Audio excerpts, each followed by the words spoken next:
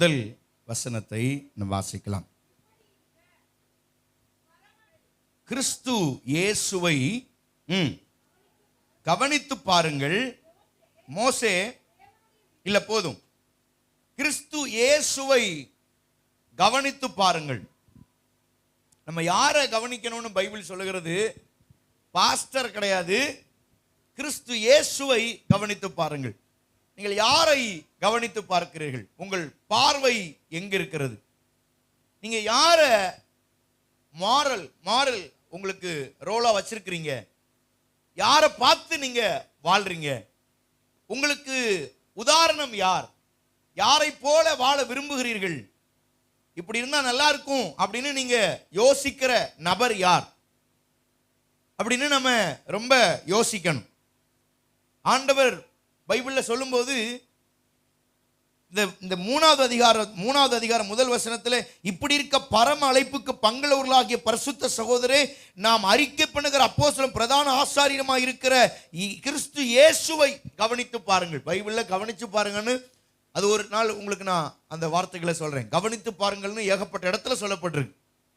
அதனாலதான் முன்னாடி ஆண்டவர் சொல்றாரு, ஆகாயத்து பறவைகளை கவனித்து பாருங்கள். இப்படி நிறைய கவனிச்சு பார்க்க சொல்லி ஆண்டவர் சொல்றார். கவனிச்சு பாருங்க, ஆகாயத்து பறவைகளை கவனித்து பார். அவைகள் என்ன செய்யறது இல்ல? விதைக்கிறது இல்ல, அறுக்கிறது இல்ல, நூற்கிறது இல்ல, நெய்கிறது இல்ல. ஆனாலும் அவைகளுக்கு கர்த்தர் என்ன செய்கிறார்? பிழைப்பூட்டுகிறார். அப்போ நீங்க கவனிச்சு பார்க்க வேண்டிய காரியத்தை கர்த்தர் உங்களோடு கூட இடைபடுவாராக. நீங்க எவைகளை கவனித்து பார்க்க வேண்டும்? ஆகாயத்து பறவைகளை கவனித்து பாருங்கள். இயேசு மட்டும்தான் நமக்கு முன்னுதாரணம்.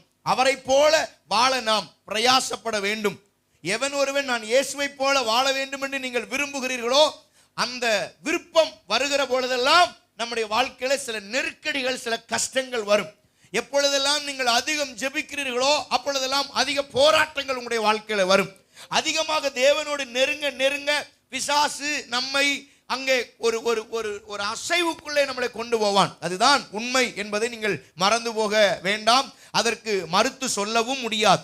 அருமையான தேவனுடைய பிள்ளைகளே, ஒரு ஊழியர் சொல்லும்போது, எப்பெல்லாம் ஆண்டவரே என்னை உம்மை போல மாற்றும் என்று சொல்லுகிறோமோ, ஆண்டவரே உம்மை போல என்னை ஆசீர்வதியும், உம்மை போல என்னை மாற்றும் என்று சொல்லும் பொழுதெல்லாம் அந்த ஊழியக்காரருக்கு பலவீனங்கள் வந்து கொண்டே இருந்ததாம். நிறைய சோதனைகள், நிறைய போராட்டங்கள் வருகிறதாம். அப்போ ஆண்டவர்கிட்ட கேட்டார், ஆண்டவரே நான் எப்பொழுதெல்லாம் என்னை உம்மை போல மாற்றும்னு சொல்ற அன்னைக்கெல்லாம் எனக்கு கஷ்டம் வருது, நெருக்கடி வருது, சண்டை வருது, எவனாவது ஒருத்தன் திட்டுறான், அங்க போறான் இங்க போற, ஐயோ என்னால தாங்கவே முடியல அப்படின்னு சொன்னாராம். அப்பதான் ஆண்டவராகிய கர்த்தர் அவருக்கு வலியுறுத்தினாராம், நான் என்னை போல மாறணும்னு சொன்னா நான் அனுபவித்த அனைத்தையும் நீ சுமக்க வேண்டும் அல்லவா? நீ என்னை போல ஒருபோதும் மாற முடியாது. ஏனென்றால் இத்தனை தாண்டி வந்திருக்கிறேன். நான் உன்னுடைய தெய்வமா இருக்கிறேன். என்னுடைய கஷ்டத்தை ஒன்னால சுமக்கவே முடியாது. அதனாலதான் வருத்தப்பட்டு பாரம் சுமக்க எல்லாரும் என்னிடத்திலே வாருங்கள், நான் உங்களுக்கு இளைப்பாறுதல் தருகிறேன் என்று சொல்லி இருக்கிறேன். என்னை போல உன்னால் பொறுத்து கொள்ளவோ, சகித்துக் கொள்ளவோ, பாரத்தை சுமக்கவோ, கஷ்டத்தை அனுபவிக்கவோ உங்களால் எவராலும் முடியாது என்பதனாலதான் கர்த்தரை இன்றைக்கு நோக்கி பார்க்கும்படி கர்த்தர் அனுமதித்திருக்கிறார். அருமையான தேவனுடைய பிள்ளைகளே, என்றைக்கெல்லாம் கர்த்தாவே உம்மை போல என்னை மாற்றும் என்று சொல்லியுள்ளோம், அந்த நெருக்கத்தின் வழியாய் நடக்க வேண்டும், அந்த உபத்திரவத்தின் வழியாய் நடக்க வேண்டும், அந்த பாடுகளின் வழியாய் நடக்க வேண்டும். இத்தனை கஷ்டங்களையும் தாண்டி வரும்பொழுதுதான் தேவன் அவருடைய திட்டத்தை நம்முடைய வாழ்க்கையில நிறைவேற்ற வல்லவராய் இருக்கிறார். அல்லேலூயா. ஆமென். நீங்கள் இயேசுவை போல மாற வேண்டுமா? அவர் அனுபவித்த பாடுகளை உங்களால் அதை சகிக்க முடியுமா? அதை தாங்க முடியுமா என்பதை இந்த காலவேளையிலே நீங்கள் சிந்தித்து பார்க்க கர்த்தர் இன்றைக்கு உதவி செய்வாராக. அல்லேலூயா, அல்லேலூயா. மனுஷனை முன்னுதாரணமா வைக்காதீங்க. இன்னைக்கு நிறைய நடிகைகளை முன்னுதாரணமா வைக்கிறாங்க. ஆமென். ரஜினியை, விஜயகாந்த, சரத்குமார, அல்லேலூயா. ஒருத்தர் சொன்னார், சரத்குமார்னா எனக்கு புகுன்னாரு. அல்லேலூயா. அந்த நொங்க வெட்டிக்கிட்டே அது சரத்குமார் ரசிகர் அவர். அல்லேலூயா. நான் சொன்னேன், இயேசுவ ரசிகரா வைங்க, அவருக்கு தான் நீங்க முன்னுதாரணமா இருக்கணும். சரத்குமாரை போய் நம்ம வணங்குறதா, அவனை போய் கும்பிடுறதா? அல்லேலூயா. நமக்கு முன்னுதாரணம், நமக்கு ரோல் மாடல் ரட்சகர் இயேசு ஒருவர் தான். அல்லேலூயா. ஆமென் சொல்லுங்க. அல்லேலூயா. ரஜினிகாந்தையும் எம்ஜிஆர், சிலர் எம்ஜிஆரை முன்னுதாரணமா வச்சிருக்கிறீங்க. அல்லேலூயா. ஆமென். அல்லேலூயா. அல்லேலூயா. ஒருத்தர் சொன்னாரு, நான் வந்து எனக்கு வந்து விஜய் முன்னுதாரணமா வச்சிருக்கிறேன். விஜய் சொன்ன வார்த்தைகளை நீங்க கேட்டீங்கன்னா அதெல்லாம் ஒரு மனுஷனானு சொல்ல முடியும். அல்லேலூயா.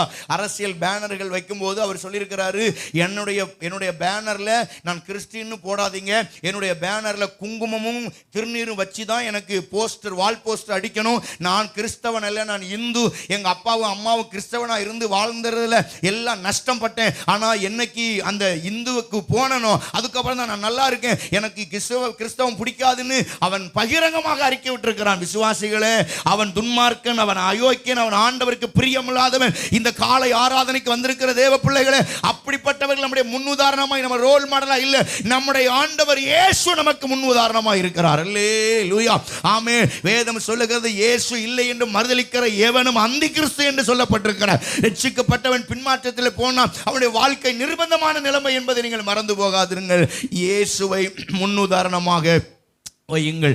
அவரே நம்முடைய முன்னுதாரணம், அவரே நமக்கு ரோல் மாடல். அவர்தான் நம்முடைய அனைத்தையும். அவரை போல வாழ உங்களால் முடியவில்லை என்றாலும் அதற்காக பிரயாசப்படுங்கள். தேவன் அவரோடு கூட நம்மை வைத்துக் கொள்ள அவர் உண்மையுள்ளவராக இருக்கிறார். அல்லேலூயா. சிலர் சொல்லுவாங்க, எங்க அப்பா தான் என் முன்னுதாரணம், எங்க அப்பாவை மாதிரி நான் வாழ்வேன், எங்க அம்மாவை மாதிரி நான் வாழ போறேன், எங்க அக்காவை மாதிரி, எங்க அண்ணனை மாதிரி, எங்க தாத்தாவை மாதிரி, எங்க பாட்டி மாதிரி. சார், அவங்கெல்லாம் ஒரு நாள் அழிஞ்சு ஒன்னும் இல்லாம போயிருவாங்க. ஆனால் இரட்சகர் இயேசு இன்றும் ஜீவிக்கிறவர். அவரை உங்கள் முன்மாதிரியாக வையுங்கள். அல்லேலூயா. இந்த உலகத்தில் ஏன் நம்ம அம்மா அப்பா சொந்த பந்தத்தெல்லாம் முன்னுதாரணமா வைக்க கூடாது என்றால், பைபிள் சொல்லுது, எல்லாரும் ஏதோ ஒரு விஷயத்திலே தவறுகிறோம். ஆமென். எல்லாரும் பரிசுத்தவான் அல்ல, எல்லாரும் முற்றிலும் தேர்ந்தவர்கள் அல்ல, எல்லாரும் எந்த பாவமும் இல்லைன்னு யாரும் சொல்ல முடியாது. எல்லாரிடத்திலும் ஏதோ ஒரு தவறு இருக்கிறது. நீங்கள் என்னை நெருங்கி தூரத்தில் இருக்க இருக்க நான் உங்களுக்கு நீதிமானாக, பரிசுத்தவானாக, ரொம்ப நல்லவனா தெரிவேன். ஆனால் என்னோடு நெருங்க என்னிடத்தில் உங்களுக்கு பிடிக்காத ஏதோ ஒரு காரியம் உங்களுக்கு தென்படும். அன்றைக்கு என் மேல் உள்ள மதிப்பு உங்களுக்கு குறையும். ஹல்லேலூயா. அதுதான் உண்மை. பிரியமானவர்களே, உங்களோடு நான் நெருங்கும் போது உங்களுடைய அந்தரங்க வாழ்க்கை, உங்களுடைய தவறுகள், உங்களுடைய பாவங்கள் எனக்கு தெரிய வரும். அன்றைக்கு உங்களை நான் வெறுக்க திட்டமிடுவேன். அன்றைக்கு உங்களோட பேச்சை குறைப்பேன், உங்களோட தூரமாய் நிற்க விரும்புவேன். பிரியமானவர்களே, நீங்கள் இயேசுவோடு நெருங்கினால், இயேசுவோடு பழக ஆரம்பித்தால், இயேசுவோடு உறவு வைத்தால், அவரோடு நெருங்க உங்களையும் பரிசுத்தமாக்கும், உங்கள் எதிர்காலத்தையும் பரிசுத்தமாக்கும். அவரிடத்தில் தேடி பார்த்தாலும் அவரிடத்தில் பாவம் இல்லை என்பதை ஆணித்தனமாக இந்த காலவேளை சொல்லுகிறேன். நீங்கள் நோக்கி பார்க்க வேண்டிய பிரதான ஆசாரியனாய் இருக்கிற இரட்சகர் இயேசு ஒருவரே. அவரை போல வாழ பிரயாசப்படுங்க. உங்களுக்கு ரோல் மாடல் நான் அல்ல, உங்கள் சித்தப்பன் பெரியப்பன் கிடையாது, உங்க அம்மா அப்பா கிடையாது, உங்க தாத்தா பாட்டி அல்ல. உங்களுக்கு ரோல் மாடல் இரட்சகர் இயேசு. ஆமென். பக்கத்தில் சொல்லுங்க, உங்களுக்கு முன்னுதாரணம் உங்களுக்கு முன்னே நடந்த இயேசு. அல்லேலூயா. அல்லேலூயா. அதுக்காக அப்பாவை மாதிரி பிள்ளை வராதுன்னு சொல்ல முடியாது. அப்பாவை மாதிரி ஒரு கேரக்டராவது என்ன செய்யும், வருமா வராதா? உங்க பிள்ளைகளை பாருங்க, ஒன்னாவது நம்மளை மாதிரி நம்ம பிள்ளை செய்யும். அல்லேலூயா. அல்லேலூயா. ஒரு பிள்ளை கை சும்பிக்கிட்டே இருந்துச்சான். உடனே இந்த கை சும்பின உடனே அந்த பிள்ளைய பார்த்து அவங்க அம்மா அடிச்சுச்சான். ஏய், கை சும்பாத, அடிச்சு விடு அப்படின்னு கையிலே சுண்டிச்சு. ஏய், என் பேத்தியை அடிக்காத அம்மா, அவள் கை சும்புறான். ஏய், நீயே 12 வயசு வரைக்கும் கை சும்பிட்டு தந்தாடி, பேசாம இரு அப்படின்னு. அல்லேலூயா.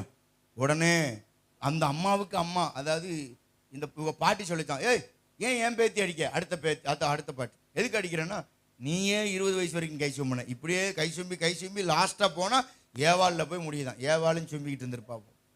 அப்போ ஜென்மஸ்பாவம் இருக்கும். எப்படியா இருந்தாலும் ஜென்மஸ்பாவம் இருக்கும். இப்போ நான் கோவக்காரனா, என் பிள்ளைங்க 3ல் ஒரு ஆள் கோவமா நிற்கும். ஏன்னா அப்பன் புத்தி வரும். அம்மா ஒரு எரிச்சல் பிடிச்சவானா பிள்ளைகள் யாராவது ஒரு எரிஞ்செறிஞ்சு விழுந்துட்டே இருக்கும். அல்லேலூயா. அல்லேலூயா. உங்களுக்கு 2 சொல்லினா உங்க பிள்ளைகளுக்கு யாருக்கா ஒரு ஆளுக்கு 3 சொல்லி 2 சொல்லி இருக்கும். ஆமென். அல்லேலூயா. அல்லேலூயா.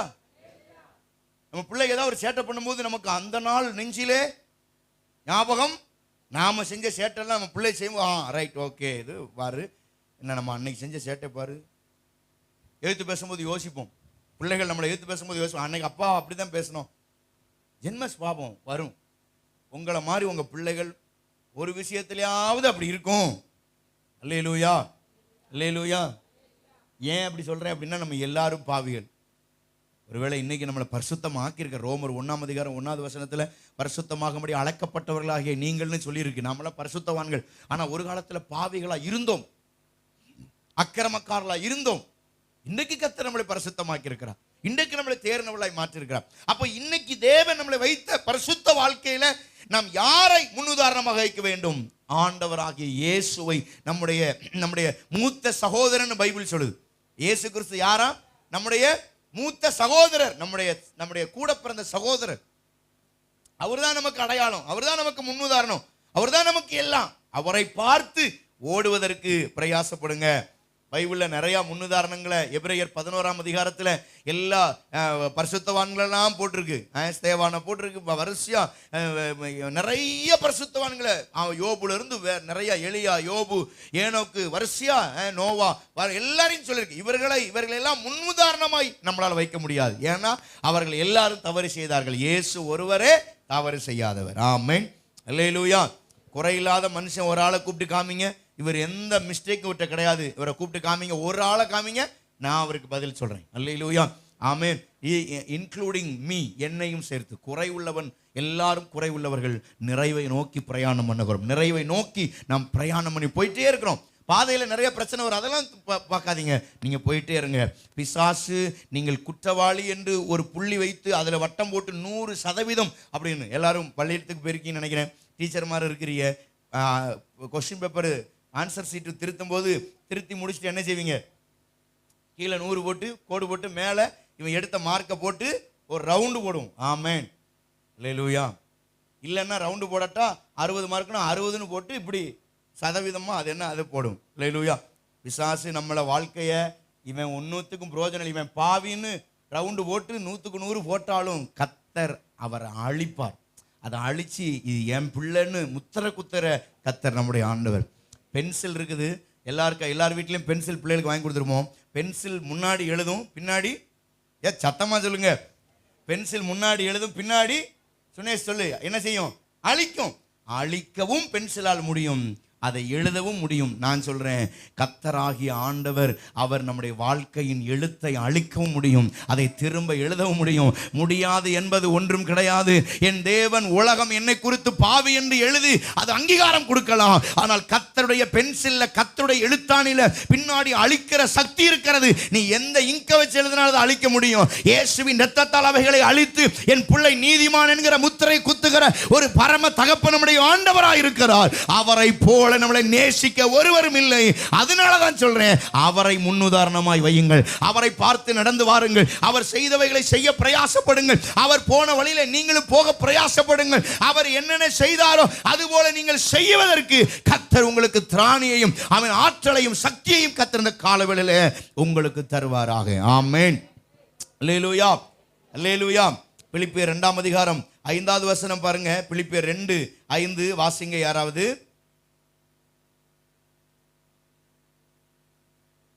நான் வாசிக்கிறேன். பிலிப்பியர் 2:5. கிறிஸ்து இயேசுவில் இருந்த சிந்தை,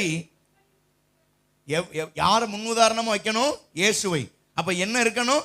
அவருடைய சிந்தை நமக்குள்ள இருக்கணும். அவர் என்ன நினைக்கிறார் சார்? அவர் என்ன நினைப்பார்?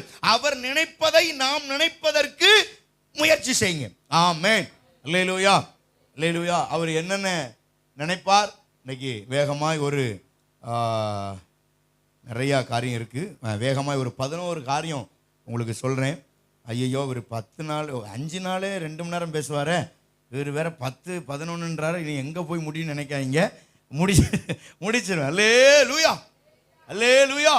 சார், இயேசுவை குறித்து நம்ம நிறைய காரியங்களை நம்ம வாசிக்கலாம். அது பாயிண்ட்டுக்கு போகிறதுக்கு முன்னாடி ஒரு சில காரியங்கள் சொல்கிறேன். எபிரேயர் 3:1 நீங்கள் வாசித்தது போல அதில் என்ன சொல்லப்பட்டிருக்கு? இப்படி இருக்க பரம அழைப்புக்கு பங்குள்ள பரிசுத்த சகோதரரே. உங்களை குறித்து பைபிள் என்ன சொல்லுது? உங்களை குறித்து என்ன சொல்லுது? அல்லேலூயா, அல்லேலூயா, அல்லேலூயா. சரி, பைபிள் நம்மளை என்ன சொல்லுதுன்னா, நீங்களும் நானும் யாராம்? பரிசுத்த. கையை உயர்த்தி ஆமேன்னு சொல்லுங்க. பக்கத்துல கை. எவனாவது உன்னைய பாவின்னு சொன்னானா நீங்க சொல்லுது, கர்த்தர் என்ன சொல்லிட்டாரு? நான் பரம அழைப்புக்கு பங்குள்ளவர்களான பரிசுத்த சந்ததி, the holy people.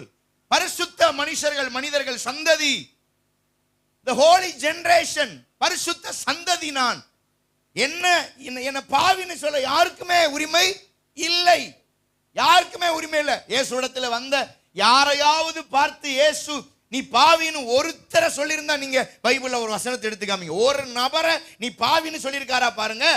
ஒரு நபரை பார்த்து நீ பாவி, நீ அக்கிரமக்காரன், நீ பாவின்னு சொல்லவே இல்லை. அவர் சொல்லும் பொழுதெல்லாம் உன் பாவங்கள் உனக்கு மன்னிக்கப்பட்டது, நீ போ, இனி பாவம் செய்யாதே, உன் பாவங்கள் மன்னிக்கப்பட்டது, உன் அக்கிரமங்கள் மன்னிக்கப்பட்டது, உன் மீறுதல்கள் எல்லாமே தேவன் மன்னிக்கத்தான் செய்தாரே தவிர அவர்கள் பாவத்தை சொல்லி அவர்களை கஷ்டப்படுத்தவோ அவர்கள் செய்த தவறை சொட்டி காட்டி அவர்களை வேதனைப்படுத்தவோ கர்த்தர் ஒரு இடத்துல கூட இல்லை என்பதுதான் உண்மை. அல்லேலூயா, அல்லேலூயா, ஆமென். நாம் யார்தான் பைபிள் சொல்லுகிறது? நீங்கள் பரிசுத்த சகோதரரே. அல்லேலூயா, ஆமென். நீங்கள் எப்படிப்பட்ட சகோதரர் கிடையாது, பாவம் செய்கிற சகோதரர் கிடையாது. நேற்று ராத்திரி எழுதி வச்சேன். நீங்கள் கோபப்படுகிறவர்கள் கிடையாது, நீங்கள் அக்கிரமம் செய்கிறவர் கிடையாது, நீங்கள் பொய் சொல்லுகிறவர் கிடையாது, நீங்கள் மன்னிக்காத குணம் படைத்தவர்கள் கிடையாது, நீங்கள் அக்கிரம சிந்தை உள்ளவர்கள் கிடையாது, நீங்கள் சொன்னதை சொல்லிக்கொண்டே இருக்கிறவர்கள் கிடையாது. பைபிள் நமக்கு சொல்லுகிறது நீங்கள் நானும் யார் தான்? நீங்களும் நானும் யார்? பரிசுத்த சந்ததி, பரிசுத்த சந்ததி. பைபிள் நமக்கு சொல்லுகிறது இயேசுவை அறிக்கை பண்ணுகிற சந்ததி. பைபிள் இயேசுவை அறிக்கை பண்ணுகிற சந்ததி. பைபிள் சொல்றது முதலாவது அப்போஸ்தலன் என்கிற நாமம் படைத்தவர் இயேசு. 12 சீஷர்களை உண்டாக்கினார். உண்டாவதற்கு முன்பதாகவே முதல் சீசன் யார் தான்? முதல் அப்போஸ்தலன் யார் தான்? இயேசு கிறிஸ்து தான். அல்லேலூயா. அவர் அப்போஸ்தலன் ஆனதுக்கு அப்புறம் தான் 12 அப்போஸ்தலர்களையே தேர்ந்தெடுத்தார். அப்படிப்பட்ட கர்த்தர். அல்லேலூயா, ஆமென் சொல்லுங்க. அல்லேலூயா, ஆமென். எபிரேயர் 6ஆம் அதிகாரம் எடுங்க பாருங்க. எபிரேயர் 6ஆம் அதிகாரம் அதுல 20வது வசனம் பாருங்க.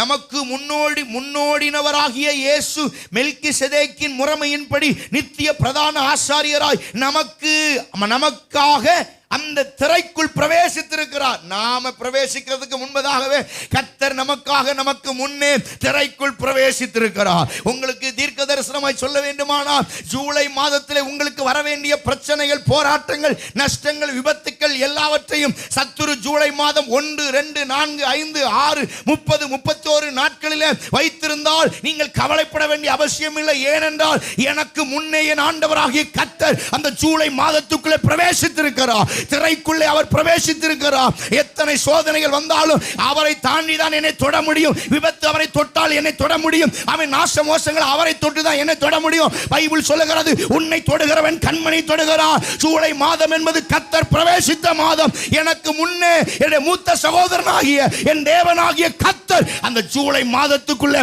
அந்த போராட்டத்துக்குள்ளே பிரவேசித்திருக்கிறார். எதுவும் என்னை அணுகாது. கைத்தட்டி கர்த்தரை மகிமைப்படுத்துவோம். நம்முடைய பிள்ளைகளை எதுவும் அணுகாது, நம்முடைய பேர பிள்ளைகளை எதுவும் அணுகாது, நம்முடைய சொத்துக்கு சேதம் வராது, நம்முடைய வியாபாரத்துக்கு சேதம் வராது, நம்முடைய குடும்பத்துக்கு சேதம் வராது. ஓ ராகமானா ஷியாதரலரபா. நல்ல கையை தட்டி விசுவாசமா கர்த்தரை மகிமைப்படுத்துங்க. இந்த புதிய மாதம் அவன் ஜூலை மாதம் எப்படி இருக்கும்னு பயப்படாதீங்க. கர்த்தர் சொல்லுகிறார் உனக்கு முன்னே நான் பிரவேசிக்கிறேன், அவைகளை நன்மையாக மாற்றுகிறவர். ஹல்லேலூயா. பயப்படாதீங்க, ஏன்னா உங்களுக்கு முன்னே போகிற ஒருவர் இருக்கிறார். ஏற்கனவே அவர் ஜூலை மாதத்துக்குள்ள பிரவேசித்துட்டாரு. 1ஆம் தேதி என்ன நடக்கும்? 1ஆம் தேதி நல்லா இருக்கும் சார், 2ஆம் தேதி நல்லா இருக்கும், 30ஆம் தேதி. ஏன் இவ்வளவு தைரியமா சொல்றேன்? காரணம் என் மூத்த சகோதரனாகிய இரட்சகர் இயேசு அப்போஸ்தலன். ஓ ஹல்லேலூயா, எனக்கு முன்னே உள்ளே பிரவேசித்திருக்கிறார். அந்த ஜூலை மாதத்தில் இருக்கிற கோணல் மாறுபாடான காரியங்களை, ஆபத்தான காரியங்களை, பலவீனப்படுத்துகிற காரியங்களை, என்னை அசட்டை பண்ணுகிற காரியங்களை, என்னை கீழே தள்ள நினைக்கிற காரியங்களை என் இயேசு அவைகளை மோதி அவைகளை ஜெயம் எடுத்து எனக்கு ஒரு புதிய மாதம் ஜூலை மாதம் ஆசீர்வாதமாய் கர்த்தர் எனக்கு தந்திருக்கிறார். God give the glory month. Hallelujah. The grace month. ஒரு கிருபையின் காலம், ஒரு இரக்கத்தின் மாதம், ஒரு பரிசுத்த மாதத்தை கர்த்தர் உங்களுக்கும் எனக்கும் தருகிறார். கவலைப்படாதீங்க, ஜூலை மாதம் நமக்கு ஆசீர்வாதமாக இருக்கும். பக்கத்தில் கைப்பிடி சொல்லுங்க. ஏன் தெரியுமா? உங்களுக்கும் எனக்கு முன்னே ஒருத்தர் உள்ள போயிட்டார். ஜூலை மாதம் எனக்கு முன்னோடினவர், எனக்கு முன்னே ஓடினவர். அவர் எல்லாம் பார்த்துக்கிடுவாரு. Don't worry, be happy. கையை உயர்த்தி சொல்லுங்க. Don't worry, be happy. நல்லா கைத்தட்டி தான் பாடுங்களேன். தம்பி அது போட தெரியுமா தம்பி? உனக்கு அந்த மியூசிக்கை தான் போடுங்களேன். 17 18 போடுங்க. ஆட தெரியுமாம்மா? இங்க வாங்க, சீக்கிரம் சீக்கிரம் சீக்கிரம் வாங்க. யாருக்குமா பாட தெரியும்? Be happy, don't worry, be happy. சீக்கிரம் வாங்க. Don't worry, be happy. சத்தமா don't worry, be happy. அடுத்து don't worry. அழகாக என்ன படைச்சாரு, அதற்காக சந்தோஷப்படு. அழகாக என்ன படைச்சாரு, அதற்காக சந்தோஷப்படு. ஓஹோ, don't worry, be happy. சூப்பரா இருக்கீங்க, அழகா. போய் உட்காருங்க. உங்களை கூப்பிட்டதுக்கு நானே ஆடி இருக்கலாம். ஹalleluya. don't worry, கவலைப்படாதீங்க. don't worry. ஏன் கவலைப்படுறீங்க? be happy, சந்தோஷமா இருங்க. ஏன்னா கர்த்தர் நமக்கு முன்னே போயிருக்கிறார். நமக்கு முன்னே அவர் போயிருக்கிறார். கவலைப்பட வேண்டிய அவசியம் இல்லை. பிள்ளைகள் என்ன ஆயிரும், பேர பிள்ளை என்ன ஆயிரும், அது என்ன இது என்ன, என் பிசினஸ் சார் சர்ச்சு கட்ட என்ன நடக்கும் தெரியல, என்ன ஆக போதும், 2 வாரத்துல கட்டிடலாம்னு சொல்றாரு. இது சாத்தியமா? நான் சொல்றேன், சாத்தியங்களை அசாத்தியமாய் மாற்றுகிற ஒரு தேவன் சாத்தியம் இல்லாதவைகளை சாத்தியமாக்குவார். அசாத்தியங்கள் அல்ல, கர்த்தர் நமக்கு எல்லாம் சாத்தியமாய். கைதட்டி கர்த்தருக்கு நன்றி சொல்லுங்க. என் தேவனால் கூடாத காரியம் ஒன்றுமில்லை, என் தேவனால் முடியாத காரியம் ஒன்றுமில்லை. இல்லாதவர்களை இருக்கிறது போல அழைக்கிற தேவன் 5 அப்பத்தை எடுத்து 5000 பேருக்கு போஷிச்சு 12 கூடை மீதி எடுக்கவும் முடியும். பிள்ளை பெற்றெடுக்கக்கூடிய ஒரு பிரயோஜனம் இல்லாத ஒரு ஸ்திரீயை 75 வயது உள்ளவளை பிள்ளைத்தாட்சியாய் மாற்றி வாக்குத்தத்த பிள்ளையை கொடுக்கவும் என் தேவனால் முடியும். இல்லாதவைகளை இருக்கிறது போல பேர் சொல்லி அழைக்கிறவர். வெரி கேர்ஃபுல்லி, நீங்க ரொம்ப கவனமாக கவனிங்க. ஒன்னும் இல்லாத இடத்துல கர்த்தர் உன்னை உருவாக்கவும் முடியும், 5 5000 ஆக்கவும் முடியும். கை உயர்த்தி அல்லேலூயா. 65,000 நம்ம கையில இருக்கு. இந்த 65,000 65 லட்சமா மாத்த என் தேவனால் முடியும். என் தேவனால் கூடாத காரியம் ஒன்றுமில்லை. தேவதூதன் மரியாள்கிட்ட வரான். மரியாளே, என்ன, உன் வயிற்றிலே ஒரு பிள்ளை இருக்கிறது, ஒரு குழந்தை வயிற்றுல இருக்கு. உன்னை அவ சொல்ற, நான் புருஷனை அறியேனே, எனக்கு கல்யாணமே முடியலையே, இப்பதான் யோசேப்பை நிச்சயதார்த்தம் பண்ணிருக்கு, அதுக்குள்ள என் வயிற்றில் எப்படி குழந்தை வரும்? அவர் சொல்றாரு, உன் வயிற்றில் இருப்பது பரிசுத்தமான வித்து, ஆண்டவருடைய வித்து அங்க இருக்கு. அவர் சொல்றா, எல்லாம் சரிதான், இது ஒன்றும் சரிப்பட்டு வருமா, என்ன முடியுமான்னு தெரியலையே. அப்படி சொல்லும்போதுதான் கர்த்தர் சொல்றாரு தேவதூதனை கொண்டு, உன்னால் முடியாது, கர்த்தராலே எல்லாம் கூடும், கூடாத காரியம் ஒன்றும் கிடையாது. பக்கத்தில் சொல்லுங்க, ஆண்டவரால் முடியாத உலகத்தில் எதுவும் இல்லை. நல்ல கான்ஃபிடண்டா இருங்க, நல்ல விசுவாசமா இருங்க, நல்ல ஃபெய்த்தா இருங்க, நல்ல விசுவாசம் உங்களுக்குள்ள இருக்கட்டும். அவரால் முடியாது சார், ஒண்ணுமே இல்லை. ஒருத்தர் சொன்னாரு, தூரமா இடம் வாங்க, தூரமா சர்ச்சை கட்டிடலாம், ஆத்துமாக்கள் வந்துருவாங்களான்னு கேட்டதுக்கு, ஏன் சார் வனாந்தரத்தில் ஆகாரம் கொடுக்க முடியுமானா, காட்டில் சர்ச்சை கட்டினாலும் ஆத்துமாக்களை கொண்டு வர உங்களுடைய வாழ்க்கையில் நீங்கள் எது முடியாது நடக்காது இதெல்லாம் வாய்ப்பு இல்லை அப்படின்னு நினைக்கிறீங்களோ, வாய்ப்பு இல்லாத இடத்துல வாய்ப்பை உண்டு பண்ணுவார். அல்லேலூயா, அல்லேலூயா. யாக்கோபுக்கு முதல் பிள்ளை வேறு, கடைசியா பிறந்தது வேற. கடைசியா பிறந்த பிள்ளை யாரு? கடைசியா பெஞ்சமின். ஏன் பெஞ்சமின் கடைசியா பிறந்தான்? ஏன்னா பெஞ்சமினை முதல்ல பிறக்க வச்சிருக்கலாம்ல. பெஞ்சமின் ஏன் கடைசியா பிறக்கணும்? பெஞ்சமினை கடைசியா பிறக்க வச்சாலும் ஆண்டவர் பைபிள் சொல்லுகிறது, பெஞ்சமினுடைய சந்ததியில தான் இஸ்ரவேலுக்கு முதல் ராஜாவாக சவுல் வந்தான். எந்த காரியம் நம்ம சாதாரணமா நினைக்கிறோமோ அது அது அது வந்து ஏதோ எதர்ச்சியா சாதாரணமாகல, அது கர்த்தருடைய திட்டம். அதுதான் இந்த சாதாரணதை கொண்டுதான் பெரிய ஆள் ஆக்கணும்னு கர்த்தருடைய திட்டம். This is God's plan. கர்த்தருடைய திட்டம்.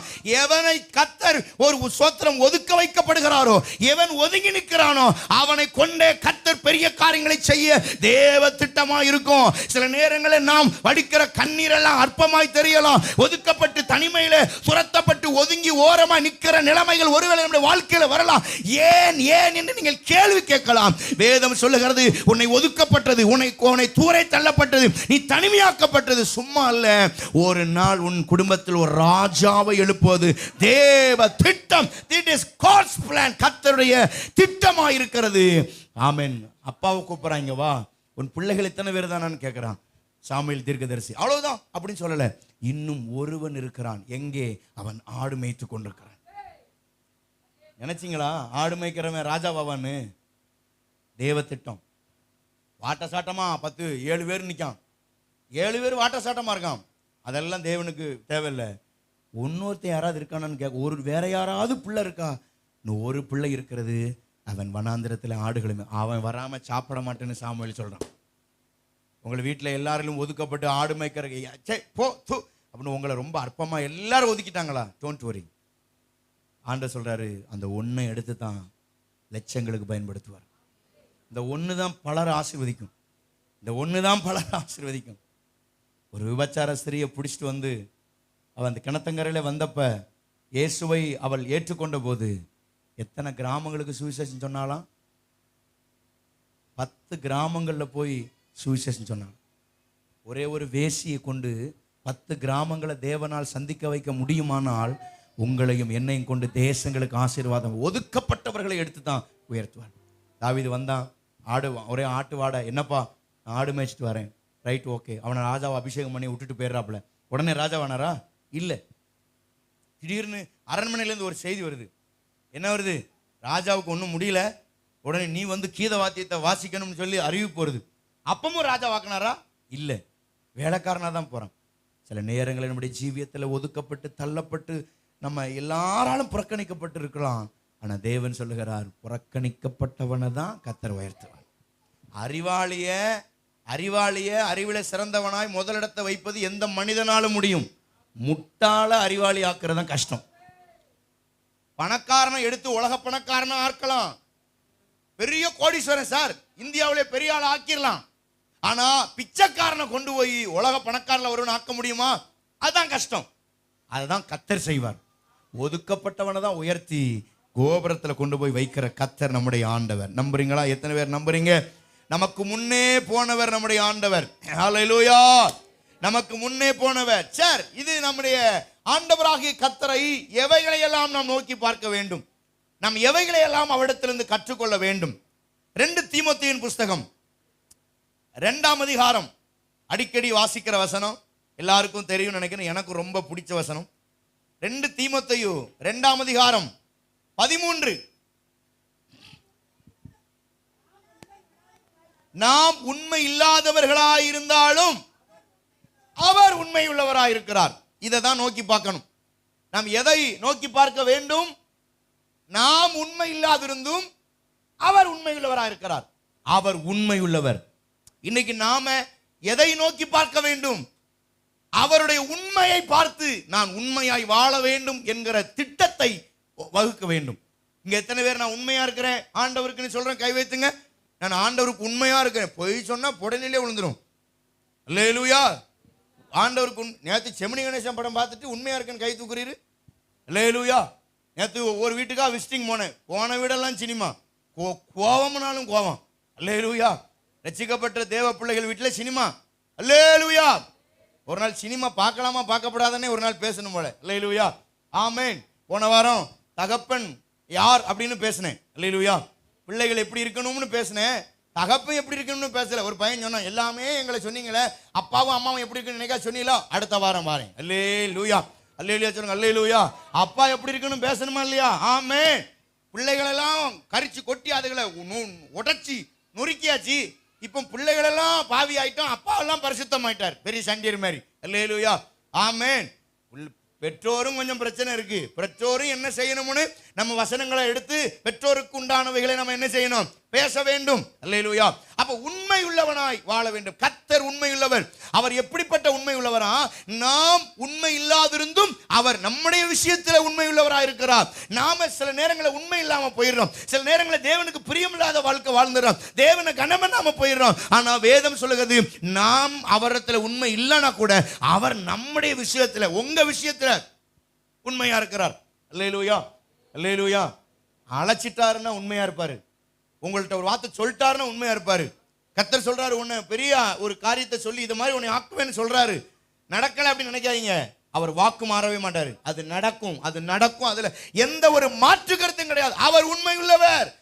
ஆரோனை அழைத்தார், உண்மையுள்ளவர், கடைசி வரை நடத்தினார். இன்றைக்கும் ஆரோனை குறித்து எபிரேயர்ல சொல்லப்பட்டிருக்குன்னா அவர் அழைத்தவர் உண்மையுள்ளவர். அவன் உண்மை இல்லாமல் கன்றுக்குட்டிகளை செய்து இஸ்ரவேல் ஜனங்களை கெடுத்து போட்டாலும் கர்த்தர் அவனை அழைத்த அழைப்பிலே உண்மை உள்ளவராய், நீ துரோகம் பண்ணினாலும் நான் என் விஷயத்தில் துரோகம் பண்ணுகிற தேவன் அல்ல, அவர் உண்மையுள்ளவர். God's a righteous person. அவர் நீதி உள்ளவர், அவர் நீதி உள்ள நியாயாதிபதியாய் இருக்கிறார். அல்லேலூயா. அவரை போல நீதி உள்ளவர், உண்மை உள்ளவரை கண்டுபிடிக்க முடியும். உங்க கூட பிறந்தவர்கள் சொந்த பந்தம் உங்க உண்மை இல்லாம வாழ்ந்துடலாம், நீங்க வச்சிருக்கிற வேலையால் உண்மை இல்லாமல் இருக்கலாம், ஆனால் கர்த்தர் உண்மை உள்ளவராக இருக்கிறார். அல்லேலூயா. ஒரு முறையான அமெரிக்கா ஜனாதிபதி எலெக்ஷன் வரும்போது அதற்கு எல்லாரும் ஒரு கட்சி தலைவர்கள் எல்லாரும் சேர்ந்து சோத்திர அந்த ஒரு ஊழியக்காரர், அவர் பேர் பில்லி கிரகாம் என்கிற ஊழியக்காரர், அவர் அந்த நாட்டுக்கு பிரதமரா வர வைக்கணும்னு எல்லா ஒரு கட்சி தலைவர்கள் கூடி பேசி அந்த ஊழியக்காரரை போய் கூப்பிட்டாங்களாம். சார், இந்த மாதிரி எல்லாரும் கட்சி தலைவர்கள்லாம் போய் பில்லி கிரகாம் போய் நீங்க எலெக்ஷனை நின்னா ஜெயிச்சிருவீங்க, நீங்க பிரதமராக ஆயிரலாம், எங்க தேசத்துக்கு அதிபதியா நீங்க தான் வரணும்னு ஒரு சுவிசேஷம் அறிவிக்கிற ஒரு பில்லி கிரகாம் ஊழியக்காரர் அமெரிக்கா தேசத்தில் அதிகாரியாய் வைக்க, பிரதமராக வைக்க பிளான் திட்டம் போட்டார்களாம். எல்லாரும் கூடி அவரிடத்துல வந்து, ஐயா, இந்த அமெரிக்காவில் நீங்க பெரிய ஆளு, இவ்வளவு பெரிய ஊழியக்காரர், நீங்கள் இந்த தேசத்தை ஆள வேண்டும் என்று நாங்கள் விரும்புகிறோம், இன்னைக்கு நீங்க எலெக்ஷன் ஜெயிச்சிருவீங்கன்னு சொல்லி அவர்கிட்ட சொன்னாங்களாம். உடனே அவங்கள பார்த்து கேட்டார், நம்ம என்ன சொல்லியிருப்போம், அப்படியா ரைட், ஓகே, நாளைக்கே நான் வந்துடுறேன் அப்படி சொல்லியிருப்போம். பில்லி கிரகாம் என்ன சொன்னாராம் தெரியுமா? ஐயா, அவர் சொன்ன வார்த்தை, யாராவது 10ஆம் கிளாஸ்ல இருந்து 5ஆம் கிளாஸுக்கு போவாங்களான்னு கேட்டாராம். அது போக மாட்டாங்க. நான் 10ல் இருக்கிறேன், நீங்க கொண்டு போய் என்னை 5ஆம் கிளாஸ்ல படிக்க வைக்க சொல்றீங்களே, நான் இதை விட உயர்ந்த பதவியில் இருக்கிறேன், இதை விட உயர்ந்த அமெரிக்க ஜனாதிபதி என்கிற உயர்ந்த பதவி அல்ல, அதை விட மேலான பதவியில சுவிசேஷம் அறிவிக்கிற தேவ பிள்ளையாய் கர்த்தர் வச்சிருக்கிறார். அதை அறிவிக்கிற நான் இந்த வேலைக்கு நான் வர முடியாது, வேறு யாராயிலும் பார்த்துக் கொள்ளுங்கள், மன்னித்துக் கொள்ளுங்கள் என்று சொன்னாராம். சுவிசேஷ வேளையில் அந்த ஊழியர் உண்மையா இருந்தது போல அதை விட அந்த பில்லி கிரகாமை அழைத்தவர் உண்மையுள்ளவர், அவரை கடைசி வரைக்கும் நடத்த வல்லவராக. கைதட்டி தான் கர்த்தருக்கு மகிமைப்படுத்துங்களேன். ஹல்லேலூயா. இப்படிப்பட்ட ஒரு தேவ மனிதர்கள் இந்த பூமியிலே வாழ்ந்ததுக்கு காரணம் என்னவென்றால் அவர்களை அழைத்தவர் உண்மையுள்ளவராக இருந்தார், அவரை ரட்சித்தவர் உண்மையுள்ளவராக இருந்தார். இன்றைக்கு அதே ஆண்டவர் உங்களுக்கு உண்மையுள்ளவராக இருக்கிறார், உங்களை ஒருபோதும் மறக்க மாட்டார். ஹல்லேலூயா. ஒருவேளை கையை உயர்த்தி ஒருவேளை நான் உண்மை எனக்கு தேவன் எதுவும் செய்யலன்னு சொன்னீங்கன்னா இன்றைக்கு கர்த்தர் உங்களோடு சொல்லுகிறார், உண்மை இல்லாமல் அவர் இல்லை, உங்களுக்குள்ள உண்மை வர வைக்க வேண்டும் என்பதற்காக அற்புதங்களை தாமதிக்கிறாரே தவிர அவர் உண்மை உள்ளவர். ஹல்லேலூயா. அவர் உண்மை உள்ளவர், ஒரு நாள் பொய் சொல்ல மாட்டார், அவர் உண்மை உள்ளவர், ஒரு நாளும் வாக்கு மாற மாட்டார். ஆபிரகாமுக்கு வாக்கு கொடுத்தார். நேற்று சொன்னேன், ஆபிரகாமை ஏன் ஆண்டவர் ஆசீர்வதிச்சாரு? ஆபிரகாமுடைய விசுவாசம், ஆபிரகாம் தேவன் மேல விசுவாசம் வச்சிருந்தானா, பிள்ளை மேல என்ன வச்சிருந்தானா, ஈசாக்கு மேல என்ன வச்சிருந்தானா? நம்பிக்கை. பாசம் நம்பிக்கை. என் புள்ள நான் சொல்றதை கேட்பாம்ன்ற நம்பிக்கை. ஈசாக்குக்கு வயசு எத்தனை இருக்கும்? 13 வயசுலேருந்து 16 வயசுக்குள்ள இருக்குமா? 17 வயசு இல்லை, 15 வயசு இருக்கும்னு நினைக்கிறேன். ஈசாக்கு விவரம் இல்லாமல இருப்பான், விவரம் தெரியாமல இருப்பான். ஈசாக்கு என்ன செய்தானா? அப்பா சொல்படியே என்ன செய்தானா? ஆபிரகாமுக்கு ஒரு பெரிய விசுவாசம் என்ன தெரியுமா? ஈசாக்கு போய் பலிபீடத்துல மோரியா மலையில வெட்ட சொல்றாரு, இவன் வெட்டுறதுக்கு போறான். ஆனா நடந்தது என்ன தெரியுமா? ஆபிரகாமுடைய விசுவாசம் எப்படி தெரியுமா? கர்த்தர் சொன்னாரு, ஆபிரகாமே உனக்கு ஈசாக்குன்னு ஒரு பிள்ளை தருவேன், அவனை வைத்துதான் உன் வாக்கு தத்தத்தை நிறைவேற்றுவோம்னு சொன்னார். அப்போ ஆபிரகாம் புரிஞ்சுக்கிட்டான், ஈசாக்க பலி செலுத்த சொல்றாரு, ஆனா இந்த ஈசாக்க வச்சு தான் வாக்குத்தத்தை நிறைவேறும்னு என்கிட்ட ஏற்கனவே சொல்லியிருக்காரு, அதனால ஈசாக்க பலி செலுத்த விட மாட்டாருன்னு ஆபிரகாம் கர்த்தர் மேல் விசுவாசம் வச்சிருந்தான். அல்லேலூயா. ஆபிரகாமுக்கு தெரியும் சார், ஏன்னா ஆண்டவர் சொன்னாரு, ஈசாக்கு மூலம்தான் உன்னை பெரிய ஜாதி ஆக்குவேன், உன ஒரு பிள்ளை பிறக்க, அவனுக்கு ஈசாக்கு, அவன் தான் ராஜ்யங்களை உண்டாக்குவான், பிரபுக்களை உண்டாக்குவான் சொல்லிட்டார்ல, அதை விசுவாசித்தான் ஆபிரகாம். நீங்களும் நானும் அவருடைய உண்மையை பிடிச்சுக்கிடுங்க. நம்பர் 2, ரெண்டாவது தீத்து 1ஆம் அதிகாரம் 3வது வசனம். பொய்யுரையாத தேவன். போதும், ஒரே வரிதான், பொய்யுரையாத தேவன், பொய் உரையாத தேவன். எல்லாம் சத்தமா சொல்லுங்க, பொய்யுரையாத தேவன். பொய் சொல்லாதவர். பொய் சொல்லுவாரா? பொய் சொல்லுவாரா ஆண்டவர்? பக்கத்தில் கைப்பிடி சொல்லுங்க, நீ கூட பொய் சொல்லிடுவே, கர்த்தர் பொய் சொல்ல மாட்டார். நீ முன் நடந்தது நடக்கலம்ப, பார்த்ததை பார்க்கலம்ப, ஆச்சா பூச்சாம்ப, ஆனா கர்த்தர் அப்படி கிடையாது, சொன்னது பொய்யே சொல்ல மாட்டார் சார். ஆண்டவர் பொய் சொன்னது இல்லை இது வரைக்கும் என்ற ஜீவியத்தில். உங்கள் வாழ்க்கையில் பொய் சொல்லியிருக்காரா? இன்னைக்கு ஒன்று சொல்லிட்டு நாளைக்கு ஐயோ அது செட் ஆகாதுப்பா அதை அழிச்சிருன்னு சொல்லுவாரா? சொன்னது தான், எழுதினது. கோர்ட்டில் ஒருத்தருக்கு தீர்ப்பு வருது, அவனுக்கு ஒரு தீர்ப்பு கொடுத்தாச்சுன்னா, தூக்கு தண்டனை கொடுத்தாச்சுன்னா, அந்த பேனாவை என்ன செய்வாராம்? உடைச்சு, இனி அந்த தீர்ப்பு மாதிரி யாருக்கும் கொடுக்கக்கூடாதுன்னு உடைச்சி முடிந்தது அப்படின்னு உடைச்சி. கர்த்தர் சொன்னதான், பொய் சொல்ல மாட்டார். ஆமென், அல்லேலூயா. நோக்கி பார்க்க வேண்டும். எதை? அவருடைய உண்மையை நோக்கி பாருங்க. இரண்டாவது, அவர் பொய் சொல்ல மாட்டார் என்பதை நோக்கி. அவர் பொய்யுரையாத தேவன். அவர் இதுவரை பொய் சொன்னதில்லை, யாருக்கும் பொய் சொல்ல மாட்டார். ஆமென், அல்லேலூயா, ஆமென். பிசாசுக்கு கூட பொய் சொல்ல மாட்டார். பிசாசு வர்றான், பிசாசை சொல்லிட்டாரு, இனி கடைசி காலம் வரும், அந்த அன்னைக்கு தான் அவனை கொண்டு போய் சங்கிலியில கட்டி கொண்டு போய் பாதாளத்தில் போடுவேன்னு சொன்னார். இதுக்கிடையில் லேகியோன் பிடிச்சி ஆட்டாட்டுன்னு ஆட்டி அவன் ஓடி வரான். உடனே பிசாசை போய் விரட்டுறாரு. உடனே அவன் சொல்றான், லேகியோன் பிடிச்ச பிசாசு சொல்லுது, காலம் முடிவதற்குள்ளாக என்னை வேதனைப்படுத்தவா வந்தீர் அப்படின்றான். உடனே ஆண்டவர் என்ன செஞ்சாரு? பிசாசுடைய வார்த்தைக்கு கூட கீழ்ப்படிஞ்சார். ஆமென். கர்த்தர் உண்மை உள்ளவர். உனக்கு அப்போ காலம் முடியலல்ல, காலம் முடியல, அப்போ உன்னை இப்போ சாக வைக்கக்கூடாது, சரி கிளம்பு அப்படி சொல்லி பன்னிக்கூடத்தில் விட்டு அதை கொண்டு குதிக்க வச்சிட்டார். பிசாசு அன்னைக்கு கொல்லலை. காரணம், பிசாசுக்கு கூட வாக்கு கொடுத்திருக்கிறார், உன்னை ஒரு நாளில் சங்கிலியில் கட்டி போடுவேன். கர்த்தர் பிசாசுக்கு உண்மை உள்ளவராக இருப்பாரா? ஆனால் நீங்களும் நான் அவருடைய சந்ததி, அவருடைய பிள்ளை, பரிசுத்த சந்ததியாக இருக்கிறதுனால உங்களுக்கும் எனக்கும் அவர் உண்மை உள்ளவராக இருக்கிறார். பொய் சொல்ல மனிதன் அல்ல, பொய்யே சொல்ல மாட்டார். அல்லேலூயா, அல்லேலூயா. பவுல் சொல்றாரு 1 கொரிந்தியர் 11:31 பவுல், அவர் பொய் சொல்லாத தேவன், அவர் பொய்யுரையே மாட்டார், பொய் சொல்லவே மாட்டார். நம்பர் 3, மூணாவது, கொலோசியர் 2:14-15, சிலுவையிலே வெற்றி சிறந்தார். அவர் சிலுவையில வெற்றி சிறந்தாராம். யாரை முன்னாடி நோக்கி பார்க்கணுமா? தோற்று போன ஒரு ஆளை கிடையாது, வெற்றி பெற்ற இயேசுவை நோக்கி பாருங்க. நீங்க யாரை நோக்கி பார்க்கணும்? சினிமா நடிகர்கள் அவர்கள் ஃபெயிலியர் பர்சன், அவங்க தோத்து போனவர்கள். ஆனால் இயேசு அனைத்தையும் ஜெயித்து அவர் உயிரோடு எழுந்த கர்த்தர். மரித்தேன் ஆனாலும் சதா காலம் உயிரோடு இருக்கிறேன் என்று நமக்காக உயிரோடு எழுந்தவர். மரணமே உன் கூரங்க, பாதாளம் உன் ஜெயமங்க என்று அவர் ஜெயித்தவர். இன்றைக்கும் ஜெயித்தவராகவே இருக்கிறார். தயவு செய்து நீங்கள் நோக்கி பார்க்க வேண்டிய ஒரு ஆண்டவர் இருக்கிறார், அவர் உயிரோடு எழுந்த கர்த்தர் என்பதை மறந்து போகாதீர்கள். அல்லேலூயா, ஆமென் சொல்லுங்க. அல்லேலூயா, அல்லேலூயா. அவர் ஸ்தோத்திரம். ஆமென். 2 கொரிந்தியர் 2:14 எப்பொழுதும் எல்லாவற்றிலையும் வெற்றி சிறக்க பண்ணுகிற தேவன் என்று வேதம் சொல்லுகிறது. அவருடைய வெற்றி சிறந்தவரை நோக்கி பாருங்கள், ஜெயித்தவரை நோக்கி பாருங்கள். தோற்றவர்கள் நோக்கி பார்ப்பது அல்ல, நமக்கு முன்னே போன கர்த்தர், நம்முடைய பிரதான ஆசாரியர், நம்முடைய மூத்த சகோதரர், அவரை நினைத்து பாருங்கள். அவர் வெற்றி சிறந்த தேவன்.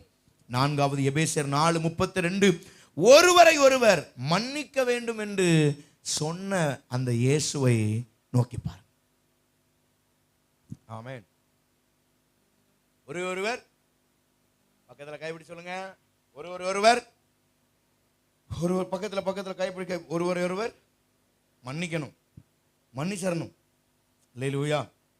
மன்னிப்பு என்பது மனிதனுக்கு கர்த்தர் கொடுத்த பெரிய வரப்பிரசாதம். ஒருத்தர் சொன்னாரு, மன்னிக்கிறவன் மனிதன், மன்னிக்காதவன் மிருகம் அப்படி சொன்னார். மன்னிச்சிட்டோம்னா, என்னைக்காவது யோசித்து பார்த்துருக்கீங்களா? ஒருத்தரை மன்னிச்சுட்டு ஆண்டவர் யாரையாவது திரும்ப அதை பத்தி சொல்லியிருக்காரா? ஒருத்தரை யோசித்து பாருங்க. ஒருத்தரை தேவன் இயேசு மன்னிச்சிட்டாரு, அதை சொல்லி சொல்லி காமிச்சாருன்னு எங்கேயாவது இருக்கா பைபிள்ல? எங்கேயாவது எல்லாம் இருக்கீங்களா? சின்ன பிள்ளைங்க பேசக்கூடாது. எங்கேயாவது ஒரு இடத்துல நீங்க காமிச்சிருங்க, மன்னிச்சாரு ஆனா சொல்லி காமிச்சாரு. ஒரு முறை அவர் மன்னிச்சிட்டாருன்னா மன்னிச்சேதான். பைபிள் சொல்லுது, அவர் உன் பாவங்களை எல்லாம் முதுகுக்கு பின்னாலே, அவ்வளவுதானா? இல்லை, உன் பாவங்களை கடலின் ஆழத்தை இன்னும் யாரும் கண்டுபிடிக்கவே. அடுத்து சொல்றாரு, மேற்குக்கும் கிழக்குக்கும் எவ்வளவு தூரமோ அத்தனை தூரமோ என் பாவத்தை. மனுஷன் தான் சார் சொல்லி சொல்லி காமிப்பான். மனுஷன் தான் பாவத்தை கிளறி. அது ஒரு பெரியவர் சொன்னாரு, கிளற நாறு சார். இன்னைக்கு உங்களை என்னையும் உட்கார வச்சு ஆண்டவர் நம்முடைய பாவத்தை கிளறினாருன்னா எவ்வளோ நாற்று எடுக்கும் பாருங்க. ஆறி துப்பிட்டு போயிடுவாங்க. என்னைக்காவது ஒரு நாள் உங்க பாவத்தை கர்த்தர் எண்ணி இருக்கிறாரா? உங்க பாவத்தை நினைச்சு தூக்கி போட்டுருங்க, வேண்டாம். அடுத்தவுடைய குற்றங்களை நம்ம ஏன் கண்டுபிடிக்கணும்? அடுத்தவுடைய குற்றங்களை ஏன் நம்ம மனசுல வச்சிருக்கணும்? உள்ளத்துல இருக்க இருக்க நம்முடைய ஜீவியம் நாரும், நம்முடைய ஜீவியம் சரியாராது. மன்னிக்கிறவன் தேவனுடைய ஸ்தானத்தில் இருக்கிறான், தேவனுடைய பிள்ளை என்கிற ஸ்தானத்தில். நான் அதனாலதான் எங்க போனாலும் எல்லார்ட்டையும் சொல்றது, மன்னிச்சிருங்க. ஆனா இன்னொன்னு புரிஞ்சுக்கிடணும், நம்ம மன்னிக்கிறதுனால நம்ம பாவி கிடையாது. நல்லா புரிஞ்சுக்க, லிசன் கேர்ஃபுல்லி.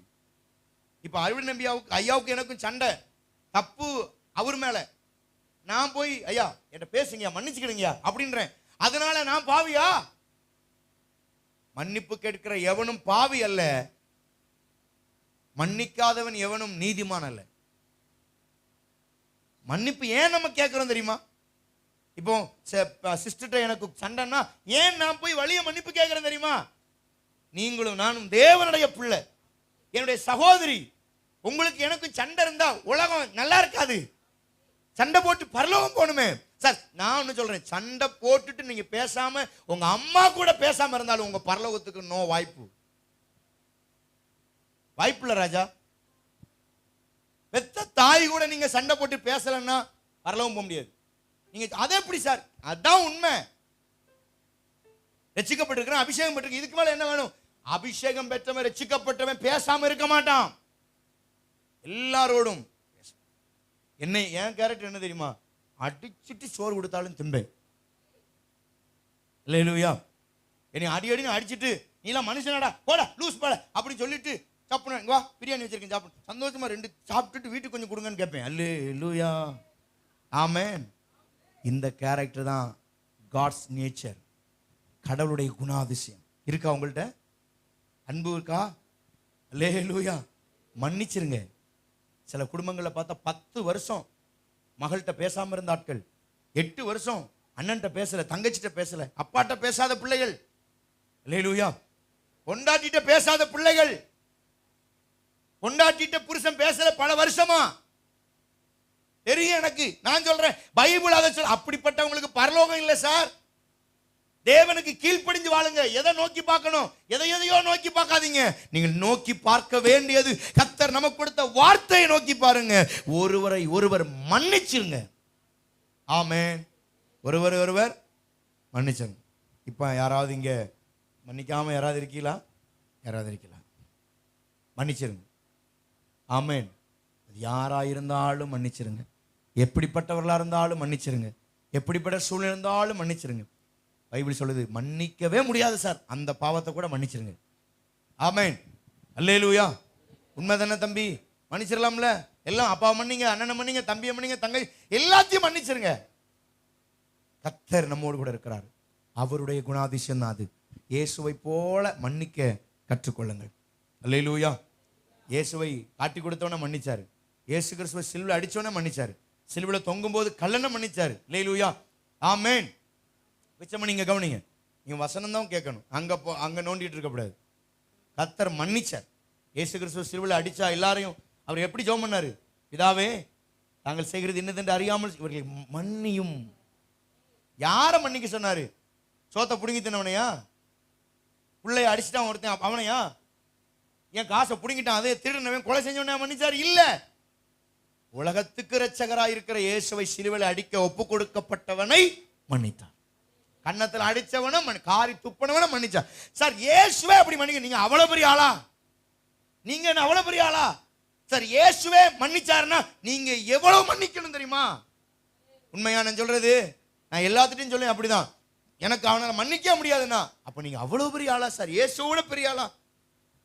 இதே வார்த்தையை இயேசு உங்களை பார்த்து சொல்லியிருந்தா, இப்ப நான் இருக்கேன், ஏசப்பா என்னை மன்னிங்கன்னு போகும்போது உன்னை மன்னிக்கவே முடியாது, நீ அந்த மாதிரி ஆளு வேண்டாம்னு சொல்லியிருந்தா நான் பரலோகத்தை இழந்திருப்பேனே. கர்த்தரிடத்தில் நான் போய் என்னை மன்னிச்சுக்கிடுங்கன்னு கேட்ட உடனே அவர் என்னை மனப்பூர்வமாய் அவர் ரத்தத்தினால் கழுவி என்னை மன்னித்தார் அல்லவா? உங்களையும் என்னையும் மன்னித்தது போல. அதனாலதான் ஜெபிக்க கற்றுக் கொடுக்கும் போது என்ன சொல்றாரு? நாங்கள் மற்றவருடைய கடன்களை நாங்கள் மன்னிக்கிறது போல எங்கள் கடன்களை மன்னியும்னு சொல்றாரு. மன்னிப்பு உயர்ந்தது சார், உயர்ந்தது. அதுக்கு ஈடு இணையே கிடையாது. ஒரு பிள்ளை அப்பாவுக்கு விரோதமா பேசிருச்சு, அப்பாவை ரொம்ப கேவலமா ரோட்ல வச்சு பேசிருச்சுன்னு வைங்க, அப்பா பயங்கர டென்ஷன்ல இருக்காரு. ஆனா உங்க மகன் வீட்டுக்கு வந்து உங்க காலில் விழுந்து, எப்பா என்ன மன்னிச்சுக்கிடுங்கப்பா ப்ளீஸ் பான்ட்டா, எந்த தகப்பனாவது அடிப்பீங்களா? வருமா? கை வரவே வராது. ஏன்னா என் பிள்ளை என்னிடத்துல என்ன செஞ்சிருச்சு? மன்னிப்புக்கு ரொம்ப மதிப்பு இருக்கு சார், ரொம்ப மதிப்பு இருக்கு. நிறைய நேரங்களில் நம்ம ஈகோ பார்க்குறோம், அதனால தான் தோல்வி, அதனால தான் நஷ்டம், அதனால தான் பிளவீனம், பிரச்சனை. தப்பு செஞ்சவன் நல்லாயிருவான், தப்பே செய்யாத நம்ம மன்னிக்காம வியாதி படுக்கையில படுத்துருவோம். சார் தயவு செய்து தப்பு பண்ணாத நீங்க ஏன் கஷ்டப்படணும்? தப்பே செய்யாத நீங்க ஏன் வருத்தப்படணும்? தப்பு பண்ணினவன் ஜாலியா இருக்கும்போது நீங்க ஏன் வருத்தப்படணும்? மன்னிச்சிருங்க. அந்த அந்த அந்த அந்த பிசாச போ மனுஷன் போட்டு விட்டுருங்க. உங்கள் வாழ்க்கை ஆசீர்வாதமா இருக்கும். மன்னிக்கிறவன் ஆசீர்வதிக்கப்பட்டவன். இயேசு மன்னித்தார். 5வது யோவான் 11:35 இயேசு கண்ணீர் விட்டார். இயேசு நோக்கி பாருங்க, இயேசு கண்ணீர் விட்டாராம். எத்தனை பேர் இங்க இருக்கிறீங்க? இயேசு கண்ணீர் விட்டார். இயேசு என்ன செய்தார்? சத்தமா சொல்லுங்க, இயேசு எது கண்ணீர் விட்டாரு? உங்களை என்னையும் பார்த்து இயேசு என்ன செய்தார்? சிலருக்கெல்லாம் குத்தினாலும் அழுக வராது, நிப்பண்டா அப்படி ஜம்புன்னு, கண்ணீரே வராது சார். கண்ணீரே வராட்டாலும் பிரச்சனை, ஓயாம கண்ணீர் வந்தாலும் பிரச்சனை. எங்க பாஸ்டர் சொல்லுவாரு, சும்மா அழுதுட்டே ஒரு பொம்பளை ஜெபத்துக்கு வராங்க நம்பாதரா அப்படிம்பாரு. நம்பாது. எனக்கு ஊழியத்தில் பயிற்சி வச்சது. எப்ப பார்த்தாலும் பாஸ்டர் சீந்து 3/4 கிலோ எச்ச துப்பிடுவா.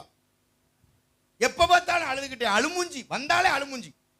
செவமனை உட்காந்து ஆண்டவரே அண்ணாளே, நீ என்னாலோ தெரியல போமா.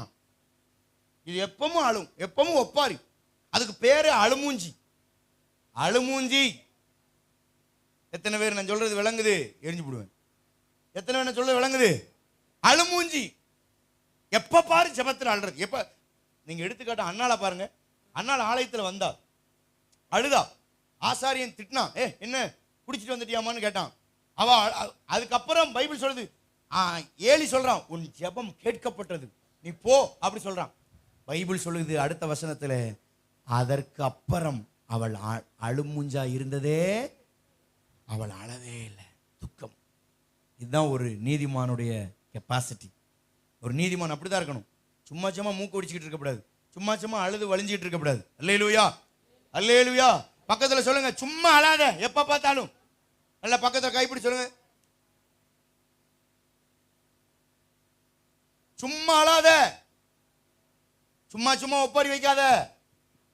அல்லேலூயா.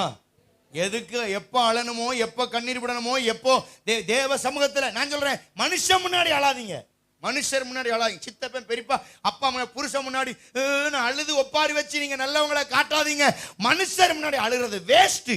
ஆவியானவர் கர்த்தர் சமூகத்துல ஜெபத்துல நீங்க வந்து பாருங்க. 300 நாள் ஜெபம் எங்க நம்ம சபையில நடக்கிற ஜெபத்துல எல்லாரும் அந்த ஜெபத்துல கண்ணீர் விடுவாங்க, எல்லாரும் அழுவாங்க. அதான் ஜெபம். எல்லாரும் அழுது ஜெபம் பண்ணுவோம். நீங்களும் நானும் அழுது ஜெபிக்கிறோமா? நீங்க எங்க அழுறோம்? நீங்க எங்க போய் அழுறீங்க? நீங்க மனுஷருக்கு முன்ன அழுறீங்க. நீங்க மனுஷருக்கு முன்ன போய் சித்தப்பன் பெரியப்பன் ஐயோ சித்தப்பு அவன் பெரிய ஆப்பா வச்சு விட்டுருவான். மனுஷர்ட்ட அழுறது. மனுஷட்டையே மன்றாடாதீங்க. உங்கள் ஜெபம் தேவ சமூகத்தில் இருக்கட்டும். கர்த்தரிடத்துல மன்றாடுங்க, அவரிடத்துல அழுங்க, அவரிடத்துல கேளுங்க. உங்க விண்ணப்பங்களை உங்க ஸ்தோத்திரத்தையும் அவரிடத்துல செலுத்துங்க. உங்க கண்ணீர் ஆண்டவருக்கு மட்டும் தெரியட்டும். அல்லேலூயா. ஆமென். ஒரு நல்ல விசுவாசி எப்படி தெரியுமா இருக்கும்? ஆலயத்தில் அழும், பிரசங்கத்துல சிரிச்சு பிரசங்கத்தை அன்போட ஏற்றுக்கொள்ளும். முடிஞ்சு போகும்போது நல்ல சந்தோஷமா மகிழ்ச்சியா போகணும் வெளியில. அல்லேலூயா.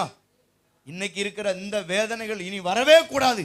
அதனால மனுஷர் முன்னால அழாதீங்க. எனக்கு ஒரு பாஸ்டர் சொல்லுவாரு, உங்களுடைய உங்களுடைய வீக்னஸை யாருக்குமே சொல்லக்கூடாது. உங்க வீக்னஸ்னா உங்க பலவீனம்.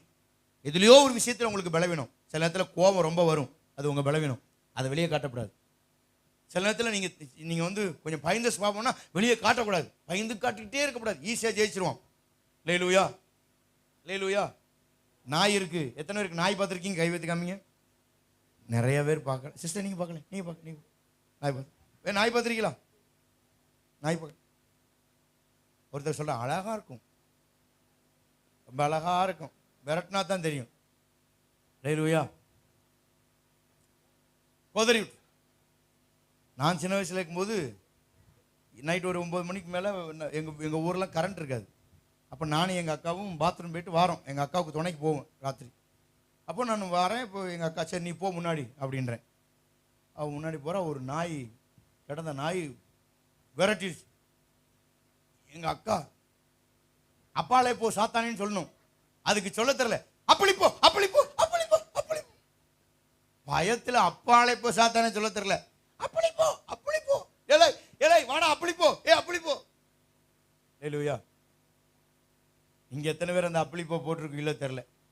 அல்லேலூயா. நான் ஒரு நாள் ஜெபம் பண்ணிட்டே இருந்தேன். என் மகன் இன்னும் கிண்டல் பண்ணுவா. திடீர்னு ஃபயர் அப்படின்னு தூங்கிட்டேன். நைட்டு ஒரு நாள் ஃபயர்னு சொல்லிட்டு தூங்கிட்டேன். நான் ஒரே கேள்வி, அப்பா ஃபயர்னு. அப்போ நான் டெக்னிக்கலாக நான் சொன்னேன், தூக்கத்தில் கூட உங்களுக்காக ஜெபிக்கிறேன் பாரு, சோத்திரம் பண்ணிக்கணும். அல்லேலூயா. தூக்கத்தில் விஜயகாந்த் அப்படின்னா தான் தப்பு. தூக்கத்தில் fire of the holy ghost. தூக்கத்தில் கூட சிந்தையெல்லாம் பரிசுத்தம் ஜெபம். அல்லேலூயா. ஆமென். அல்லேலூயா. அடுத்தவர்களுக்காக கண்ணீர் விட கற்றுக்கிடுங்க. சாவு வீட்டில் போய் அழுங்க. அல்லேலூயா. பெண்களுக்கு சொல்லவே வேண்டாம். அந்த வால் போஸ்ட்லேயே அழ ஆரம்பிச்சிருவா. இங்கே இருந்து அழுதுகிட்டே திட்டுன்னு போய் கொஞ்ச நேரத்தில் டீ குடிச்சிக்கிட்டு இருக்கோம் அந்த ஆத்மா. ஏமா அழுத, அது சும்மா அழகுங்க, அழுகிறவர்களோடே அழுங்கள். பெண்களுக்கு சொல்லவே வேண்டாம். சாவு வீடுனா போதும், 2 லிட்டர் தண்ணியை குடிச்சிட்டு டைரெக்டாக போயிடுவாங்க. கிரிக்கெட் மேட்ச் விளாட்ற மாதிரி ரொம்ப பயபக்தியாக போய் நிற்பாங்க. ஆமேன். நான் ஒரு நாள் இந்த ஊரில் தான் மாலை போட போய், செத்த வீட்டுக்கு மாலை போட ஃப்ரெண்டோடைய அப்பான்னு போய் வேற வீட்டில் மாலை போட்டு வந்துட்டேன். உடனே என்னடா நம்ம பையில காணோம், ஒருத்தனையும் காணோம்னா இது வேற, நான் ஆம்பளையாளுக்கு போட வந்தால் பொம்பளையாளுக்கு போட்டு வந்துட்டேன். அல்லேலூயா. சில வீடுகள் அப்படி இருக்கு. ஏதோ ஒரு வீட்டில் சாவுக்கு அழ போய் வேற வீட்டில் அழுதுட்டு வந்த ஆட்கள்லாம் இருக்காங்க. ஆமேன். அல்லேலூயா. அழ கற்றுக்கிடுங்க. யாருக்காக அழணும்? அடுத்தவர்களுக்காக. பக்கத்து வீட்டில் ஒருத்தர் வியாதியாக இருந்தால் நீ கதை வடைச்சிட்டு பிரியாணி திங்கன்னா உங்களை மாதிரி புத்தி கட்ட ஆத்தமா யாரும் கிடையாது. பக்கத்து வீட்டில் சாவுன்னா உங்கள் வீட்டில் சமைச்சு அங்கே கொடுக்கணும். அழுகுகளோட அழுங்கள். அடுத்தவளுக்கு அழ தெரியணும். அடுத்தவங்க பாரத்தை உங்கள் பாரமாக சுமக்க தெரியுதான்னு பாருங்க. ஒரு விசுவாசி அடுத்தவங்க கண்ணீரை உங்கள் கண்ணீராக ஏற்றுக்கிடுங்க. இங்கே ஒருத்தர் பலவீனப்பட்டவங்க இருந்தால் அந்த பலவீனப்பட்டவர்களுக்காக நீங்கள் ஜெபம் பண்ணுங்க, கண்ணீர் விட்டு. அல்லேலூயா. ஆமென். இயேசு கண்ணீர் விட்டார். இயேசு நமக்காக கண்ணீர் விட்டார். இயேசு உங்களுக்காக எனக்காக கண்ணீர் விட்டார். கண்ணீர் விட்டு அழுவதற்கு பிரயாசப்படுங்க. அடுத்தவர்களுக்காக, உங்களுக்காகவே அழாதீங்க. 6 யோவான் 5ஆம் அதிகாரம் 6-8 வரை வார்த்தையில வல்லமையை கவனிச்சு பாருங்க. அவருடைய வார்த்தையில வல்லமை இருந்துச்சு. இயேசுடைய வார்த்தையில வல்லமை இருந்துச்சா இல்லையா? சத்தமா சொல்லுங்க. ஆமென். அவர் என்ன வார்த்தையில அறிக்கையிட்டால் அது அப்படியே நடக்கும். அவருடைய வார்த்தையில வல்லமை உள்ளது. அந்த வார்த்தையை வல்லமை நினைச்சு பாருங்க. 7வது லூக்கா 6:32, உங்களை சிநேகிக்கிறவர்களே நீங்கள் சிநேகிக்கிறதுனால ஒன்றும் இல்லை, நீங்கள் உங்கள் பகைஞரையும் உங்களை வெறுக்கிறவர்களையும் சிநேகியுங்கள். யாரை சிநேகிக்கணுமா? யார் மேல அனுபவிக்கணுமா? பகைஞர் மேல. சார், சத்துருவை நேசிச்சிங்கன்னா சண்டை வராது. சத்துருவை நேசிச்சா சண்டை. அல்லேலூயா. ஒருத்தர் சொன்னார், நான் யாரையுமே சத்ருவை பார்க்கறதே இல்லை அப்படின்னார். அல்லேலூயா. ஆமென். சத்ருவை நேசிங்க, பகைக்கிறவங்களை நேசிங்க, உங்களுக்கு தொந்தரவுப்படுத்துறவங்களை நேசிங்க. ஆமென். நான் எப்பவுமே அப்படிதான். இந்த ஊரில் எல்லாரும் ஒரு காலத்தில் நீங்கள் கேள்விப்பட்டா, என் கூட இருந்தவங்களுக்கு தெரியும், கல்லை விட்டு என்னை எறிவாங்க. இந்த மந்தைக்கு இந்த அலர் கோயிலுக்கு போனால் என்னையோ நிறைய பேர் கல்லை விட்டு பின்னாடி முதுகுல அங்கன்னு எறிவாங்க. திரும்பி பார்த்தா ஓடா பாஸ்டர் அப்படி சொல்லி. இந்த ராஜா கடைக்கு ஆப்போசிட்ல என்னை எத்தனை முறை அந்த கம்ப்யூட்டர் கடை ஒன்று திறந்துருக்கான், அது ஆப்போசிட்ல ஒருத்தர் என்னை கல்லை கொண்டு எரிஞ்சு. அன்னைக்கு மாட்டு வண்டி அங்கிட்டு விட்டுருந்தாங்க, அங்கே மாட்டு வண்டியில் ஏறி உட்காந்து ஒருத்தன் கல்லை கொண்டு முதுகுல எரிஞ்சான். வள்ளி தாங்க முடியல. திரும்பி பார்த்தா போடா பாஸ்டர். அல்லேலூயா. அந்த ஆட்கள்லாம் உங்களுக்கு நான் சொல்றேன், அத்தனை பேரும் இன்னைக்கு எனக்கு நண்பர்களா இருக்கிறாங்க. தெரியுமா உங்களுக்கு? அத்தனை பேர் எனக்கு லூக்கா 6:32.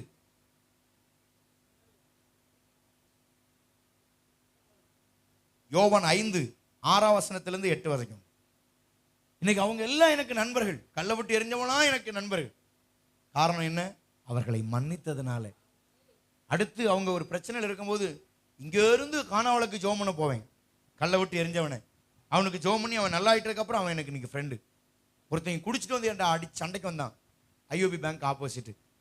இன்னைக்கு அவர் நமக்கு ரொம்ப க்ளோஸ், எனக்கு அவ்வளோ அப்படி நெருக்கம். ஏன் காரணம் என்ன? நம்மை நேசிக்கிறவர்களை நேசிக்கிறதுனால ஒரு பிரயோஜனம் கிடையாது. நம்மை விரோதிக்கிறவர்களை நேசிக்கணும். நம்மளை வெறுக்கிறவங்களை நேசிக்கணும். நம்மளை அவதூறு பண்றவங்களை நேசிக்கணும், நம்மளை அசட்டை பண்றவங்களை நேசிக்கணும். நீங்கள் மற்றவர்களை சிநேகிக்க கத்துக்கிடுங்க. இயேசுவிடத்திலிருந்து அவைகளை கற்றுக்கொள்ள கர்த்தர் உங்களுக்கு உதவி செய்வாராக. 8ஆவதாக லூக்கா 6:38 கொடுங்கள், அப்பொழுது உங்களுக்கு, இது ரொம்ப போதும், இது ரொம்ப முக்கியமானது. கொடுங்க சார்.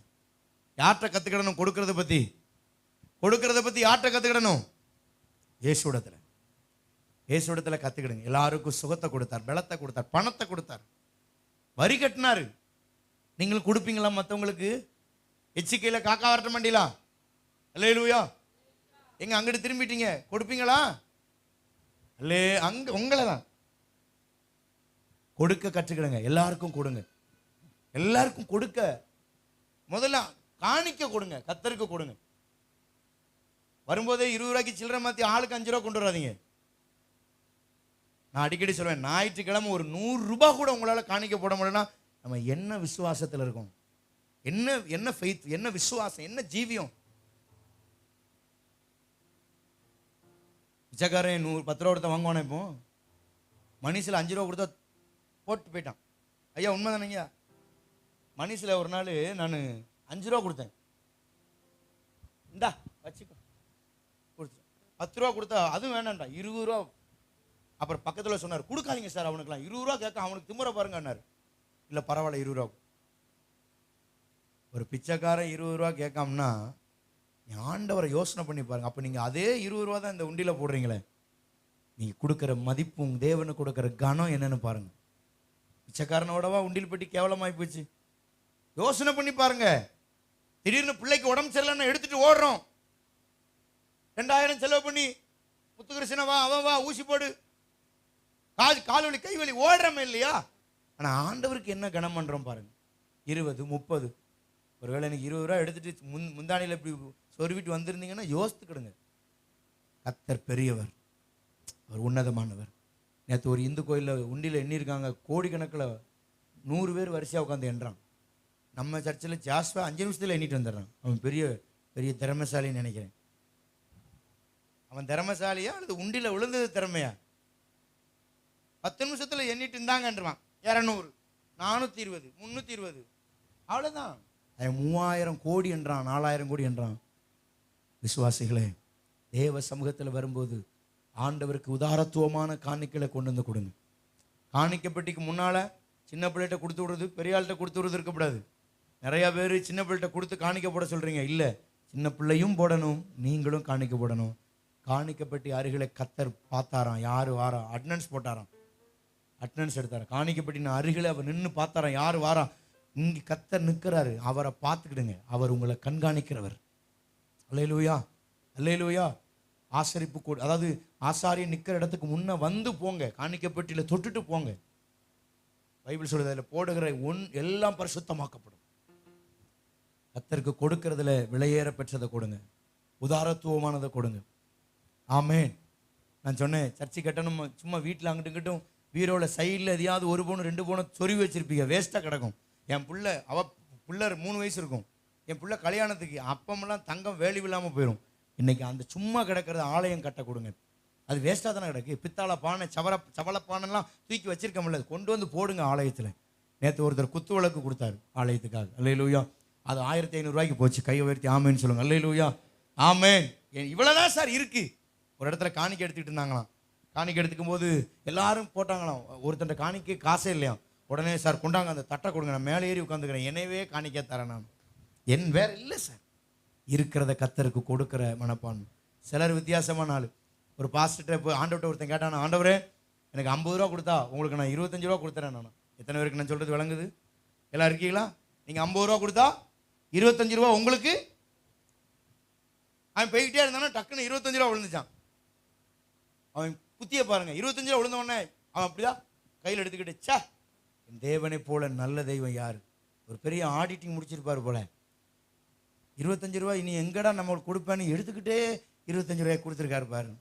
ஆண்டவர் என்ன நினைச்சாரு, இவனுக்கு 25 கொடுத்தா இதுல ஏதாவது 12 ரூபா கொடுப்பானான்னு நினைச்சு பார்த்தாரு. இவன் எடுத்துக்கிட்டு. இதனாலதான் சிலருக்கு ஆசீர்வாதமே இல்லாம இருக்கிய. எதுக்கு நன்மை இல்லை, எதுக்கு ஆசீர்வாதம் இல்லை? அவரவே டெஸ்ட் பண்றது, அவரவே நோண்டி பார்க்கறது. அல்லேலூயா. கொடுக்கிறவர்கள் ஒருபோதும் கெட்டு போகிறதில்லை. சபையில தசமம் கொடுத்தவங்களுக்கும் கொடுக்காதவங்களுக்கும் தேவன் நிறைய வித்தியாசம் வச்சிருக்கிறார். தசம பாகம் கொடுக்கிறவங்க ஒரு நாள் கூட தரித்திரம்னு வராது, அடுத்தவங்கள்ட்ட போய் நிக்கிற மாதிரி கத்தர் வைக்க மாட்டாரு. தசம பாகத்துக்கு தேவன் கொடுக்கிற பெரிய ஆசீர்வாதம். என்னைக்காவது தசமம் கொடுக்குறவங்க, நீங்க கணவன் மனைவிக்குள்ள சின்ன சின்ன வாக்குவாதம் வருமோ தவிர பெரிய சண்டை வரவே என்ன செய்யாது. தசம பாகம் உங்க குடும்பத்தின் சண்டையை மாற்றும். தசமமாக உங்க பிரச்சனைகளுக்கு ஒரு சொல்யூஷன் கொடுக்கும். நானும் வச்சிருக்கிறேன். அந்த தசமம் கொடுக்க ஆரம்பிச்சதுக்கு அப்புறம் தான் எங்க வீட்டில் சின்ன சின்ன வாக்குவாதம் கூட வராது. ஜாலியா பிரச்சனை இல்லாமல் போகுது. மனைவி கணவன் சந்தோஷமா. சிலர் யோசிப்பாங்க, எங்கெங்க இவரும் கொடுக்காரு சண்டை போட்டு நடக்கணும். ஒரு சிஸ்டர் யோசிக்கிறாங்க.